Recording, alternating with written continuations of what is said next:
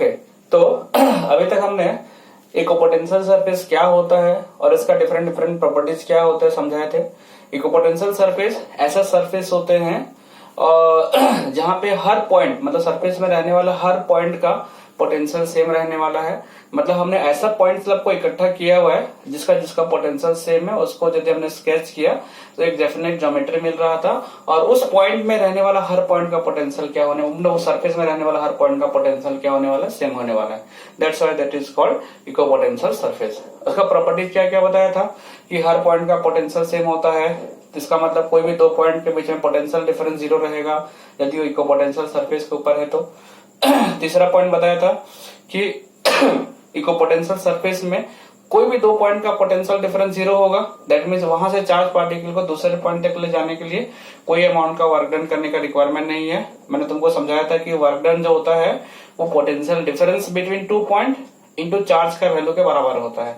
तो potential difference ही नहीं है तो वर्क डन भी नहीं करना पड़ेगा।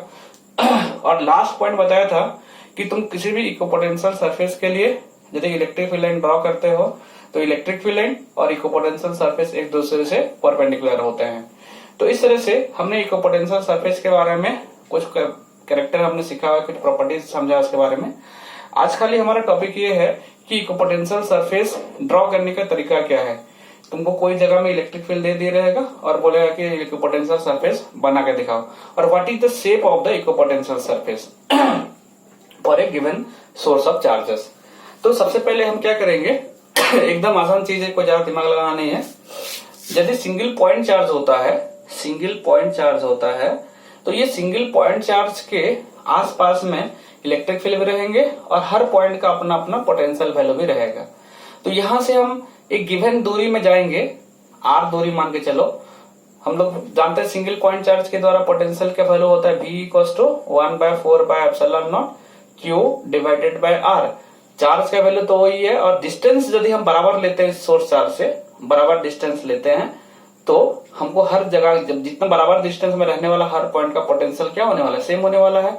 तो सिंगल पॉइंट चार्ज के आसपास में यदि हम स्पेरिकल रीजन इमेजिनेशन करते हैं, इस तरह से बहुत सारे छोटे छोटे स्पीयर इमेजिन कर लेते हैं लाखों करोड़ों में, तो हर स्पीयर में रहने वाला हर पॉइंट का पोटेंशियल जो रहेगा वो सेम होने वाला है, क्योंकि सेंटर से हर एक स्पीयर में रहने वाला हर पॉइंट का दूरी बराबर रहता है और चार्ज सेम है। दैट्स वाई हर एक का पोटेंशियल भी क्या होने वाला है, सेम होने वाला है।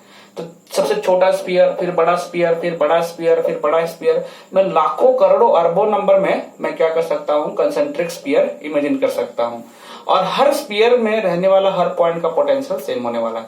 तो जैसे ये नजदीक वाला एक स्पीयर हमने इमेजिनेशन किया तो वो स्पीयर में रहने वाला हर पॉइंट का पोटेंशियल सेम होगा। जरा सा दूर में हमने एक छोटा सा बड़ा रेडियस ले लिया, जरा सा मान के चलो, और वहां पे हमने एक स्पीयर इमेजिन किया उसको बेस करके, तो उसमें रहने वाला हर पॉइंट का पोटेंशियल सेम रहेगा। जरा सा और बड़ा हमने रेडियस लेकर के हमने एक स्पीयर बनाया तो उसमें भी रहने वाला हर पॉइंट का पोटेंशियल सेम होने वाला है। हाँ, लेकिन दो नजदीकी इक्विपोटेंशियल सरफेस का पोटेंशियल सेम नहीं होंगे, क्योंकि नजदीक वाला जो स्पीयर इमेजिनेशन करेंगे उसका पोटेंशियल जरा ज्यादा रहेगा, जरा दूर में जाएंगे तो पोटेंशियल जरा सा कम हो जाएगा, लेकिन एक स्पीयर में रहने वाला हर पॉइंट का पोटेंशियल सेम होने वाला है।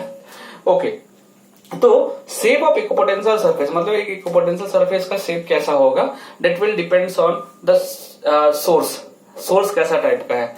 याद रखना, यदि सिंगल पॉइंट चार्ज होता है तो इसके चारों तरफ हम लोग क्या कर सकते हैं, बहुत सारे कंसेंट्रिक स्पीयर इमेजिन कर सकते हैं और हर स्पीयर में जितना भी पॉइंट्स होंगे, है ना, पॉइंट लोगों का जो मतलब पोटेंशियल रहेगा सबका सेम रहेगा। जैसा मान लो अंदर में एक स्पीयर इमेजिनेशन किया, ऐसा मैं करोड़ों बना सकता हूँ। मैं कुछ छोटे छोटे दो चार स्पीयर में तुमको दिखा देता हूँ। तो ये स्पीयर में रहने वाला, जैसे मैं बोला कि अंदर का स्पीयर है, वो अंदर का स्पीयर का हर पॉइंट का पोटेंशियल सेम होने वाला है।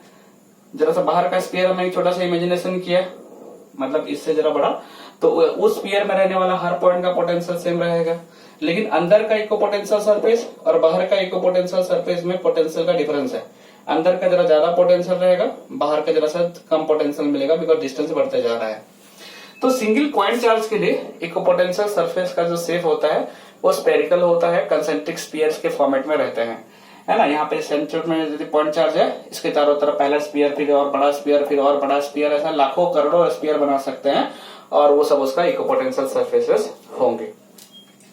ओके, यदि बहुत बड़ा स्पीयर ले ले, और हम एकदम छोटा सेक्शन ले उसका स्फीयर का, क्योंकि हम जानते हैं कि इस पॉइंट चार्ज के द्वारा प्रोड्यूस जो इक्विपोटेंशियल सरफेस रहेंगे वो इक्विपोटेंशियल सरफेस और स्फीयर के स्फेरिकल फॉर्मेट में रहेंगे। यदि बहुत बड़ा रेडियस वाला स्फीयर बनाते हैं तो उसका एकदम छोटा सा हिस्सा हम देख पाएंगे और वो छोटा सा स्पेस करीबन करीबन क्या रहेगा, प्लेन की तरह बिहेव करेगा। मतलब पॉइंट चार्ज के लिए इन्फानाइट में यदि हम या इन्फानाइट दूरी पे यदि हम इक्विपोटेंशियल सरफेस को ऑब्जर्व करते हैं वो अभी भी स्फीयर ही बनेगा, बट इतना बड़ा स्फीयर रहेगा कि मात्र उसका एक छोटा सेक्शन ही हमको विजिबल होगा और वो करीबन करीबन प्लेन टाइप का महसूस होने वाला है। तो ये हो गया हमारा सिंगल पॉइंट चार्ज के लिए कैसा टाइप का इक्विपोटेंशियल सरफेस बनता है। तो कंसेंट्रिक स्फीयर्स बनेंगे, पर इन्फानाइट में ऑब्जर्व होते हो तो तब भी बड़ा स्फीयर बनेगा, लेकिन जो सेक्शन हमको दिख रहा होगा वो प्लेन टाइप का महसूस हो रहा होगा। अच्छा, इंपॉर्टेंट चीज है electric field lines always perpendicular to the equipotential surface. ये पॉइंट को दिमाग में रखना है ड्रॉ करने के दौरान। तो ये पहला वाला पॉइंट हो गया। दूसरा हो गया यदि लाइन सोर्स है, लाइन सोर्स मतलब चार्ज जिसमें दिए हुए है लीनियरली चार्ज डिस्ट्रीब्यूटेड है, मान के चलो एक बॉडी में इस तरह से लीनियरली चार्ज डिस्ट्रीब्यूटेड है, लाइन सोर्सेस है। तो इसके लिए इक्विपोटेंशियल सरफेस डेफिनेटली जैसा शेप का बॉडी रहेगा, जैसा शेप का चार्जेस रहेंगे, मतलब चार्ज बॉडी का शेप जैसा रहेगा उस हिसाब से इक्विपोटेंशियल सरफेस हमको ड्रॉ करने रहेंगे। देखो यदि मैं ऐसा टाइप का शेप का यदि हमारा चार्ज बॉडी है तो इससे बराबर बराबर दूरी पे रहने वाला पॉइंट लोग को इकट्ठा करेंगे तो डेफिनेटली एक सिलिंड्रिकल ज्योमेट्री मिलेगा। इसके बारे में ऑलरेडी मैंने बता के रखा था गॉस थ्योरम बताने के दौरान।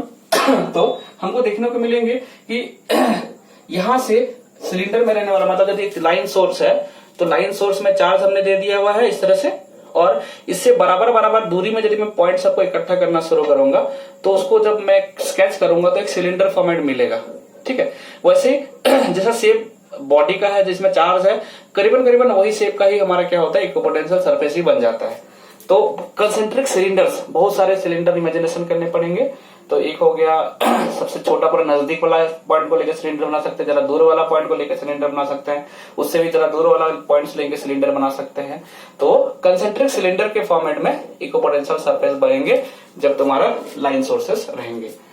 ओके, मतलब इस तरह से छोटा सिलेंडर है ना, जरा दूर वाला पॉइंट को लेके बनाएंगे तो बड़ा सिलेंडर।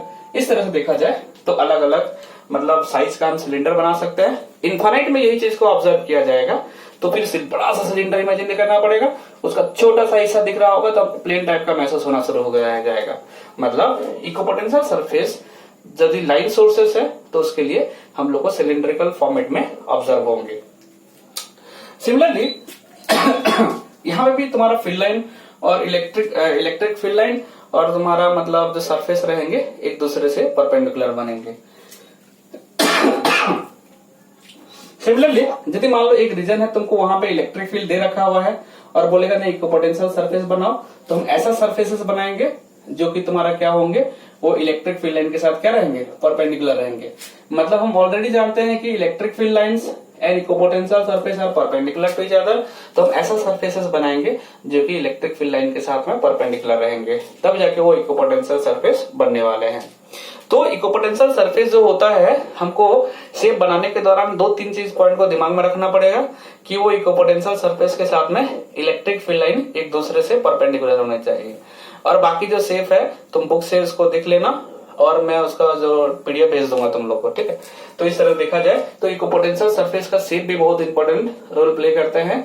और जैसा single combination of positive and negative charge बोले रहेगा इसका इक्विपोटेंशियल सरफेस बनाओ, तो तुम इसका इलेक्ट्रिक फील्ड तो बना ही सकते हो, इलेक्ट्रिक फील्ड बना सकते हो। इलेक्ट्रिक फील्ड यदि इलेक्ट्रिक फील्ड लाइन बनेगा तो ऐसा ऐसा सरफेस बनाना जो कि हर जगह में इलेक्ट्रिक फील्ड लाइन के साथ परपेंडिकुलर है। जो शेप बनेगा, जो सरफेस बनेंगे वो डेफिनेटली तुम्हारा क्या बनेगा, एक प्रकार का इक्विपोटेंशियल सरफेस बना। मतलब इक्विपोटेंशियल सरफेस बनाने के दौरान हम वो सरफेस बनाते रहेंगे और इलेक्ट्रिक फील्ड लाइन के साथ परपेंडिकुलर दिखाते रहेंगे, तो डेफिनेटली वो इक्विपोटेंशियल सरफेस रहा होगा। याद रखना कंडक्टर जो होता है, कंडक्टिंग सरफेस जो होते हैं, हर कंडक्टर का सरफेस जो होता है एक प्रकार का इक्विपोटेंशियल सरफेस होता है, इररेस्पेक्टिव ऑफ देयर शेप। कैसा शेप का कंडक्टर वो मैटर नहीं करता है, उसका सरफेस जो होता है एक प्रकार का इक्विपोटेंशियल सरफेस होता है। उसी के लिए कोई भी कंडक्टर के लिए यदि फील्ड लाइन ड्रॉ करोगे तो उसके लिए तुम क्या करना पड़ेगा, फील्ड लाइन और सरफेस को परपेंडिकुलर दिखाना रहेगा। इतना पॉइंट को दिमाग में रखो।